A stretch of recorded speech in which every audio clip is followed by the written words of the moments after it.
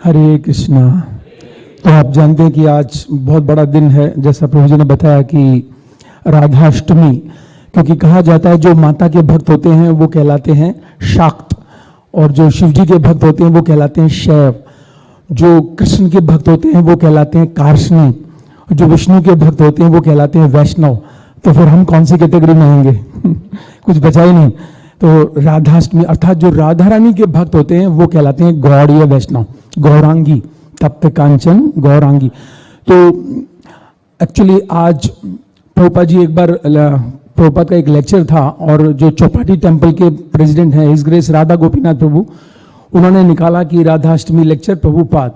तो पूरा लेक्चर प्रभुपाद गुणगान कर रहे हैं किनका? भगवान श्री कृष्ण का। तो उन्होंने देखा कैसेट गलत तो नहीं निकल गई। जब 2 मिनट रह गए लेक्चर समाप्त होने के, पूरा ग्लोरीफाई करके प्रभुपाद ने कहा वो कृष्णा श्रीमती राधा रानी से आकर्षित है और उनका आज आविर्भाव है, इसलिए हमें उनको सरेंडर करना चाहिए। तो एक्चुअल में देखा जाए तो राधाष्टमी का जो उत्सव है, जैसा प्रभु जी ने बताया था कि राधा मदन मोहन मोहिनी, मतलब भगवान श्री कृष्ण के साथ में जो राधा रानी रहती है मदन मोहन मोहिनी है।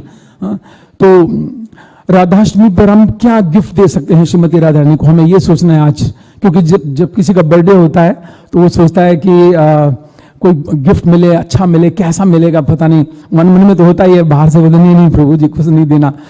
तो राधा रानी का एक नाम है सुकेष्ठा। सुकेष्ठा का अर्थ है जो सुखदेव गोस्वामी की इष्ट हैं।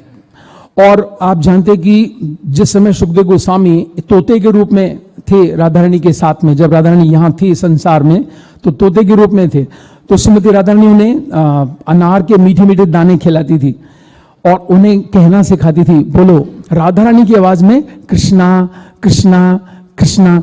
तो सुखदेव एक दिन तोते के रूप में उड़ करके चले गए कहाँ? भगवान कृष्ण के पास, और पेड़ में बैठकर बोल रहे हैं, राधा रानी की आवाज में बोल रहे हैं कृष्णा कृष्णा कृष्णा। तो भगवान ने सोचा अरे राधा रानी कहाँ से आ गई? तो देखा तो सुखदेव गोस्वामी बोल रहे हैं तोते के रूप में। तो उन्होंने पकड़ लिया और कहा कि तुम मुझे सुनाओ, राधा रानी की आवाज में ही मेरा नाम उच्चारण करो। तो क्या गिफ्ट दे सकते हैं हम आज के दिन में? हम जानते हैं कि जो आज का जो दिन है, सुखदेव गोस्वामी आज के दिन निकले थे अपने यहाँ से जहाँ परीक्षित महाराज का राज्य था, अर्थात हस्तिनापुर से, और निकलते निकलते नारद जी पुराण में एक कथा आती है, नारद जी सुनाते हैं कि उनके पूरे शरीर में तिनके चिपके हुए थे, दिगंबर वेश में थे और पूरे शरीर में तिनके चिपके हुए हैं, और आंखों से आंसुओं की धारा इतनी बह रही है कि उन्हें कुछ पता नहीं कहां चल रहे हैं, कभी इधर गिरते हैं तो कभी इधर गिरते हैं, रोल करते हैं, और उनके पीछे कुछ स्त्रियां, कुछ बच्चे लगे हुए और कुछ उनको पत्थर मार रहे हैं, शायद पता नहीं कौन है, शायद कोई पागल तो नहीं है। लेकिन राधा रानी के भाव में, राधा रानी का इतना प्रेम उनके हृदय में उमड़ता था हमेशा। जिस समय वो पहुंचते हैं जहां परीक्षित महाराज बैठे हैं गंगा के तट पर, और जहां इतनी सभा बैठी है, आज के दिन उन्होंने चुना कि राधाष्टमी से मैं श्रीमद् भागवतम कथा सुनाऊंगा। किसको?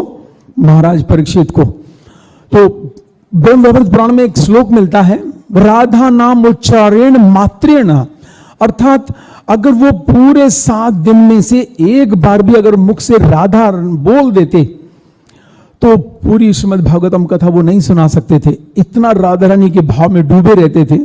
इसलिए उन्होंने हमेशा रमा देवी, अगर आप भागवतम को पढ़ते हैं देखते हैं कि रमा देवी, कुछ ऐसे नामों का प्रयोग किया जिसमें कि डायरेक्ट राधा रानी का नाम ना आए। इतना उनके हृदय में ऐसा था जैसे बिजली होती है, अगर करंट लगा तो पूरा शरीर झंझना जाएगा। राधा रानी का नाम नहीं लिया उन्होंने, बस अवॉइड करते हुए कृष्ण कथा सुनाते रहे। तो हम देखते हैं कि जब श्री चैतन्य भगवान आए संसार में तो उन्होंने एक्सप्लेनेशन दिया, क्या? 4 वेद ददी भागवत नवनीत, मथिले न शुकदेव खाइले न परीक्षित। श्री चैतन्य जो कि राधा रानी और भगवान कृष्ण के कंबाइंड इनकारनेशन है, वो कह रहे हैं 4 वेद ददी, ये जो 4 वेद है ये दधी के समान है, और भागवत नवनीत, जब उसको मथा जाता है दधी को तो उसमें से क्या निकलता है? नवनीत, ताजा मक्खन निकलता है। तो भागवतम की तुलना कर रहे हैं वो किससे? ताजा मक्खन से मथी लेने सुखदेव, और जिसे मथा सुखदेव गोस्वामी ने, खाई लेने परीक्षित। तो इससे ये एक निष्कर्ष निकला जो अभी मैंने थोड़ा डिस्कशन किया, अगर हम कुछ बड़ा गिफ्ट देना चाहते हैं श्रीमती राधा रानी को प्रसन्न करना चाहते हैं, तो आज का दिन हमें भी चुनना चाहिए, जैसे उनके दास सुखदेव गोस्वामी ने आज का दिन चुना और भाद्रपद पूर्णिमा को समाप्त किया श्रीमद् भागवतम को। तो आज का दिन चुन करके हमें निश्चय करना चाहिए, चाहे तो इंस्टॉलमेंट से, चाहे लमसम से, लेकिन घर में श्रीमद् भागवतम होना ही चाहिए। जैसा मैंने शनिवार को कहा था कि जितने भी देवी देवता हैं कहते हैं कि जिस घर में श्रीमद् भागवतम की कथा, जिस स्थान में चर्चा की जाती है, क्रियते श्रूयते कथयते तत्र निश्चित मात्रेण में श्री कृष्ण उपस्थितः। जिस स्थान में भागवतम रखा होता है, जिस स्थान में भागवतम सुना जाता है, पढ़ा जाता है, स्मरण किया जाता है, श्री कृष्ण वहां स्वयं प्रकट हो जाते हैं। तो हमें चाहिए कि आज के दिन हम कम से कम अपने लिए लेकर के जाएंगे, क्योंकि सबसे पहले हमें देखना कि भक्तों के घर में भी है क्या नहीं है भागवतम। और राधा रानी तो सबसे ज्यादा बहुत ही ज्यादा उत्सुक रहती हैं, जैसे सुखदेव गोस्वामी के माध्यम से उन्होंने आज का दिन चुना। तो श्रील प्रभुपाद कहते हैं कि श्रीमद् भागवतम की तुलना टॉर्च लाइट से की जाती है।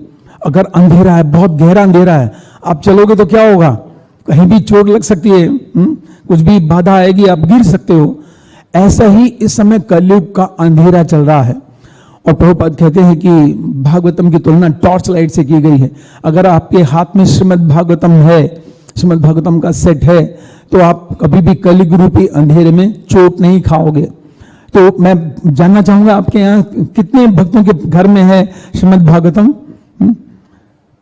तो इसका मतलब है लगभग मान के चलेगा 60% कहना चाहिए जितने लोगों ने हाथ उठाया। तो 40% बहुत ज्यादा बचे हैं, और बाहर में भी बहुत सारे डिवोटीज होंगे। तो हम प्रत्येक भक्त का ये कर्तव्य है, अगर आप वास्तव में राधा रानी को प्रसन्न करना चाहते हैं, देखिए, तो फास्टिंग तो हम करेंगे ही करेंगे, लेकिन हमारा कर्तव्य है कि आज हम कम से कम एक भक्त कम से कम 25 कॉल तो करे कि आपके घर में भागवतम है, भागवतम के लिए प्रयास करे, जैसे सुखदेव गोस्वामी ने दी। देखिए, इतने साल पहले श्री रामचंद्र जी के समय में भी एक कथा मिलती है कि गौतम ऋषि के पास आते हैं अम्बरीश महाराज कि मैं अपने राज्य में सुख शांति भक्ति प्रेम चाहता हूं, क्या करना चाहिए। गौतम ऋषि कहते हैं कि जो सुखदेव गोस्वामी ने जो श्रीमद् भागवतम की कथा की है, इसका अर्थ है पिछले कल्प में, वो अपने राज्य में लागू करो, पूरा राज्य आपका श्रीमद् भागवतम पढ़े और सुने, आपके राज्य में सुख शांति आएगी। ऐसे ही व्यासदेव जी जब तक भागवतम की रचना नहीं किए, सुख शांति बेचैनी उनके हृदय में थी, लेकिन सुख शांति नारद जी ने कहा तुम ऐसा ग्रंथ तैयार करो जिससे कि डायरेक्ट भगवान का गुणगान हो। तो इसका अर्थ है कि अगर हमारे घर में भी और हम भी अगर श्रीमद् भागवतम को प्रेम नहीं करते, तो निश्चित रूप से हमें भी चोट बाधाएं अंधकार में रहना पड़ेगा।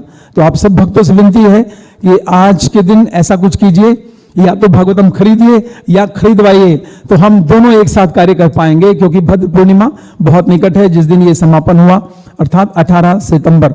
ठीक है, हरे कृष्णा।